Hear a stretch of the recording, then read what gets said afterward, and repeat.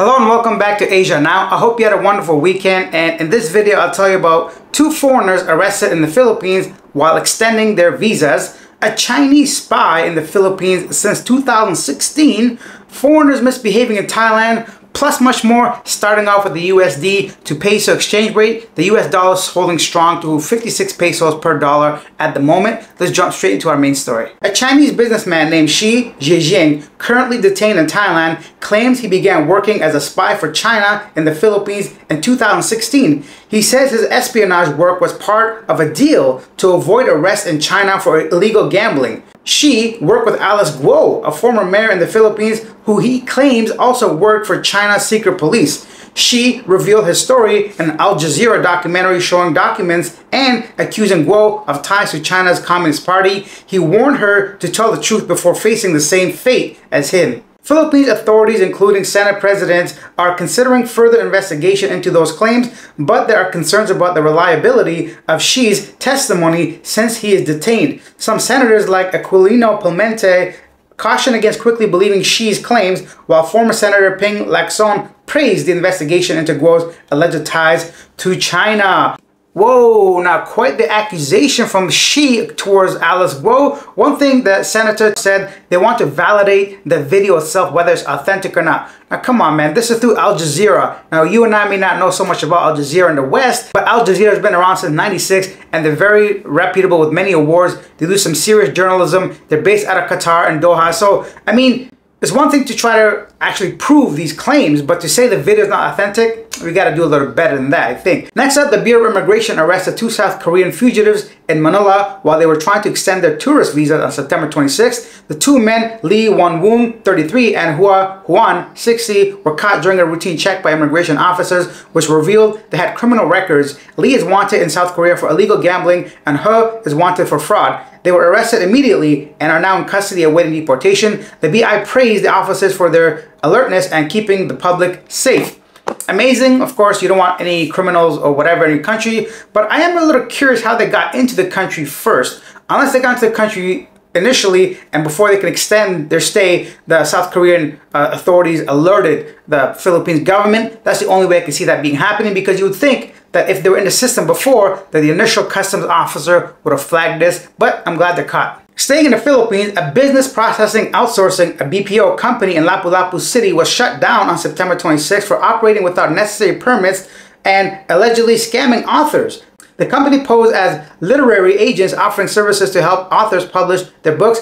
After receiving payments, they cut off communication with the victims. The city government acted on complaints from employees, leading to cease and desist order. Authorities confirmed that the firm did not renew its business permits and had been operating since November 23. Investigations are ongoing, but criminal charges have yet to be filed. If you've never been to the Philippines, BPOs are very popular. Many people work in these agencies, providing service to people in the US, Canada, Australia, anywhere around the world, essentially. I'm a little curious, maybe I should do a little bit more investigation, whether the clients or the people that were pretty much schemed or scammed were foreigners or locals, so I'm curious about that. Maybe I'll find out later and let you guys know. Speaking of Cebu, in Cebu City, 911 Emergency Command Center has been launched on September 30th to provide centralized hotline for rapid response to emergencies, medical situations, and disasters. The city partnered with Next Generation Advanced NGA for equipment, training, and systems. Acting Mayor Raymond Alvin Garcia led the ribbon-cutting ceremony with key city officials and representatives attending. The system, costing under 10 million pesos,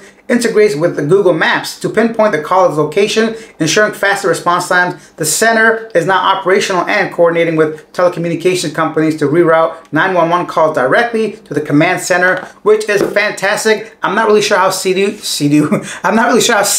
was doing it beforehand, but now it's amazing to know there's a centralized location where all the 911 calls get routed towards, so people can get assistance much faster. Let's move on to Thailand now and talk about the usual fuckery by tourists. A foreign man caused trouble in Phuket, Thailand early in September 23rd. He hurt the owner of a pizza shop near the airport by pushing him to the ground and damaging the shop and a car. After that, he crossed the road and caused more problems in a nearby convenience store, scaring the workers. Photos and videos showed the man holding a broomstick and kicking things around. Many people online were upset about what he did. It's not clear if the pizza shop owner or others affected have taken action against him yet. Staying in Thailand and staying in Phuket, 2 foreign men vandalized a restaurant in Phuket early September 30th, shattering glass windows and alarming staff and nearby residents. The incidents happened at the Birds Cafe restaurant in Cheung Talai. The first man broke the windows around 2:18 a.m. and quickly fled. Less than an hour later, a second man arrived and caused more damage before also fleeing. The loud noise caused fears of gunshot, but no firearms were involved. Police are investigating the incident, which have left the community shaken, and restaurant is closed for repairs. The motives of the attacks remain unclear, but the close timing suggests a possible link between the two vandals. I really hope there's a link, because that'd be quite a coincidence if 2 random dudes start doing the same damaging behavior to the same restaurant. In our next story, first I'll show you the video, then I'll tell you the story. Standing behind the red line. Please, wish you a safe and enjoyable holiday. Please don't hesitate to contact us if you require any assistance. Call please 1155. You? 電車発着の際は帰りに電車で赤い線の内側までお願いください。素敵な旅へ気をつけていってらっしゃい。So that was the owner of a cafe where he pushed a tourist away from his coffee shop when the train was coming. This is a very popular location where people come to see the closeness of a train going through a market. And let's go ahead and read some details. But before I go and do that, leave your thoughts down below right now, knowing what you know so far, just from the video. What do you think? Who's in the right, the owner or the tourist standing in front of a cafe? You don't know much information yet, probably. So I'm really curious, just by the video alone, if you had no backstory, who do you think is in the right? Someone trying to take some photos of a train, or the owner of a cafe pushes somebody away from in front of the store? A coffee shop vendor at Ramhup Market near Bangkok faced backlash after a video showed him pushing and verbally abusing a Spanish tourist on September 26th. The incident occurred as a train approached Mae Klong railway station, and the video quickly went viral, drawing criticism for harming Thailand's tourism image. Following the incident, police investigated and confirmed what had happened outside the vendor's coffee shop. The vendor, Mr. James, later apologized in a video and was suspended from operating for 30 days. Authorities warned that any further misconduct could result in a permanent ban on the business. One thing I want to clear up. The person that was standing where he was standing is actually owned, the land itself owned by the railway station. It's basically the land is not by the coffee shop owner. Initially, when I saw that video, I was kind of saying, okay, Mr. James, the coffee shop owner, is right. If I have a business and I'm trying to sell things, I don't want some random tourists coming standing in front of my shop, taking away business potentially from people trying to access my shop or not seeing it or whatever, and they're not actually buying something from my store. However, after reading the full story and realizing where the guy was standing wasn't actually owned by the shop owner, I've switched my thoughts on the matter, and I think the tourist did nothing wrong, and it's surprising that he didn't try to fight back or throw some punches, whatever. But now that you know kind of the full story, what do you think? Do you think Mr. James, the coffee shop owner, was in the right? Or do you think the tourist was in the right? Because when you travel, there's like an unspoken rule. If you're gonna take up space in someone's shop, you should buy something. However, this time, the owner did not own the land the tourist was standing on. I'd love to know your thoughts in the comment section down below. And I want to know anything else you want to talk about from our previous stories. And staying in Thailand, our last story, cyber police recently conducted a raid on an apartment in Phang Klao and arrested a popular transgender woman named Wisut, who has over 600,000 followers on social media. She was charged with making and selling adult videos featuring men on platforms like Twitter and was said to be earning around 200,000 baht a month.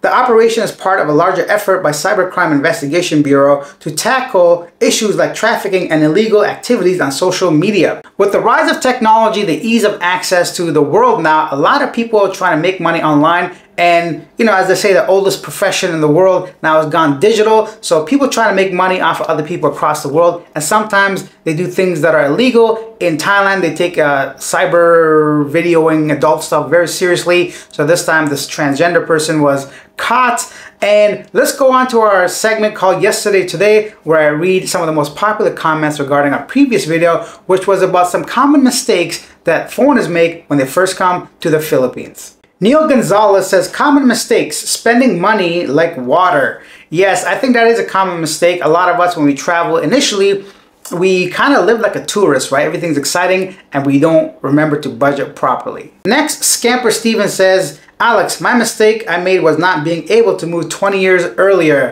Yeah, I think so too, for myself as well. It's just like buying a house, you know, it's a good investment and you wish you would have made it a long time ago. Steve F says, some people can't be happy even if they are smack dab in the middle of paradise. Yeah, some people are just, for whatever reason, based on their past, their mental state, they're just not happy regardless of which country and which situation they are in. And the last comment by Pinoy Zo 1, foreigners need to realize that the Philippines caters to Filipinos, not the foreigners. Even if I am a Filipino dual citizen making over 10K USD per month, everything is catered to the Filipinos with lower income, and I accept that since they are more likely struggling from the economy.